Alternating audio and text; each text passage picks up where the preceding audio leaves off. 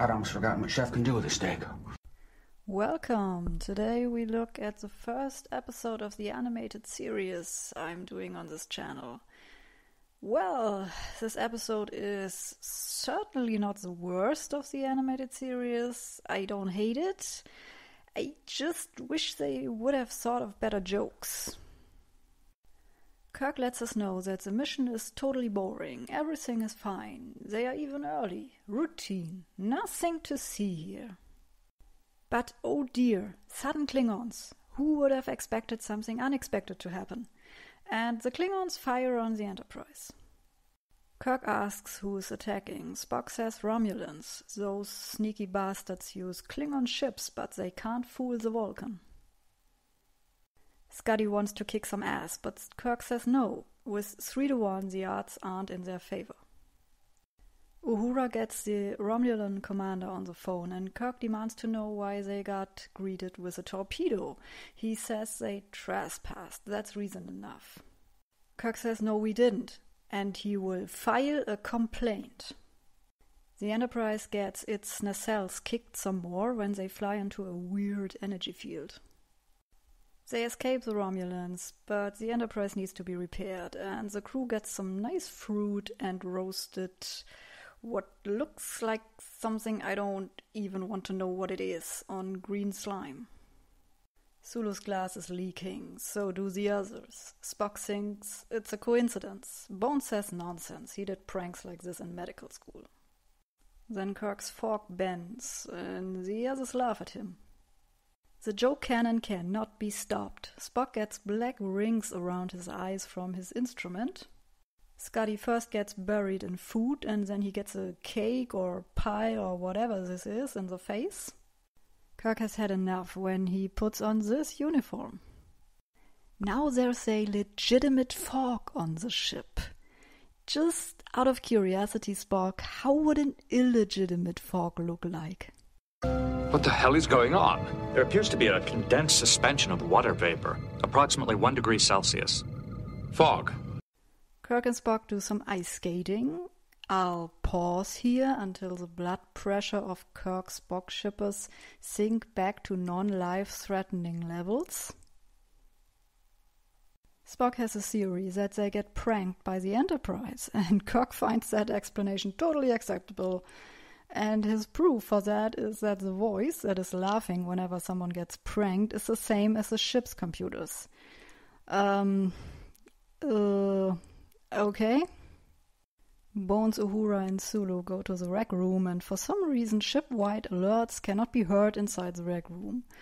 I hope that is another prank and not default setting. Bones is in the mood for some wood. So is Uhura, and Sulu agrees.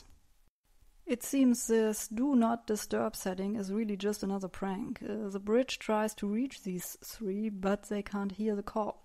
Instead, they fall into a hole, the Joker covered with leaves, and it's kind of surprising that none of them got hurt after this fall.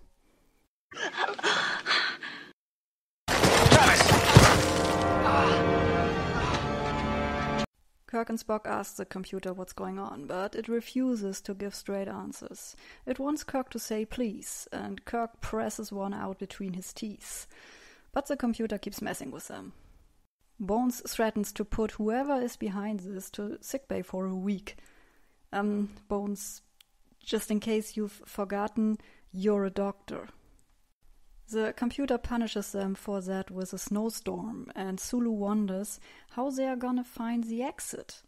Either this is a program that was already in the system that had no recognizable exit, or the Joker invented this program just now. In both cases, this would mean that the software in this rec room allows a program without exit. Shouldn't there be some safety feature that prevents this from happening? The moment you load a program without access, this should shut down. How can you program a software for frickin' leisure activities that can turn into a death trap? The computer has reversed gravity to defend itself, and everyone's up on the ceiling. As soon as Scotty crawled away from the computer, gravity goes back to normal, and once again, no one's injured after falling from the ceiling. Spock explains how this has to do with that energy field they've flown through. He thinks the Enterprise is suffering a nervous breakdown. Spock, I'm pretty sure that someone who has a nervous breakdown doesn't run around playing pranks. Suddenly everyone starts laughing. The computer fills the air with laughing gas. Hey, other people pay a lot of money for that. You're getting it for free. Also, this is a weird ability for the ship. I'm trying to think of a use case for the ship getting everyone high on laughing gas. Maybe it's for when the dentist comes. And the three in the rec room still try to find the exit, but at least now they find that funny. Spock managed to clean the air, for now, and Kirk is worried what the computer might give them to breathe next, and Scotty's engineers are about to open the rec room door with the finest technology the 23rd century has to offer. A crowbar. In the rec room, Bones says, I'm too old for this, leave me here. If there's one sentence you should never hear in a damn recreation room, it's leave me here to die and save yourselves. Did the guy who programmed this get paid by organ dealers? Just when Bones wants to make the heroic sacrifice of being left behind in a what looks like 500 square meters room, the program changes. But hooray, it seems the engineers have recalibrated the crowbar to the correct frequency and opened the door. The ship doesn't obey the helm anymore and flies back to the neutral zone. Spock sees 3 Romulan ships. The cargo bay door opens and what comes out looks like an inflatable Enterprise. It seems the Romulans are impressed by this big-ass ship. Kirk assumes the Enterprise is doing that to take revenge on the Romulans who shot at her in the beginning. His theory is that the Romulans would be humiliated when they fall for this.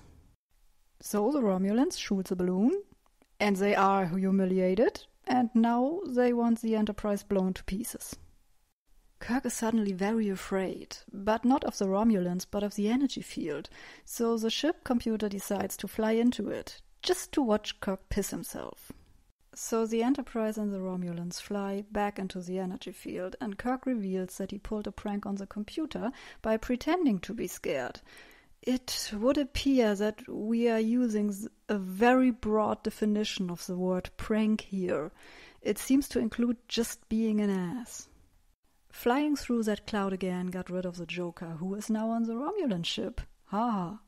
Bones asks if they should tell them how to fix it, and Kirk says, sure, but later. For an episode that has the word joke in the title, it has 2 little jokes I can actually laugh about. Some things I find funny, like the Kirk is a jerk shirt and Scotty crawling on the ceiling.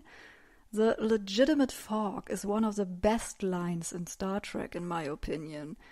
But throwing food and leaking glasses are not exactly the height of comedy, and I'm sick and tired of this let's put on a video game and get us killed bullshit.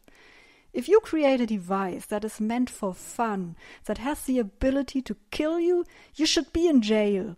If Starfleet would exchange the people who work on the weapons with the ones who work on the holodecks, they would be undefeatable. That's it for today. Thank you for watching. Goodbye, Harry. Have fun.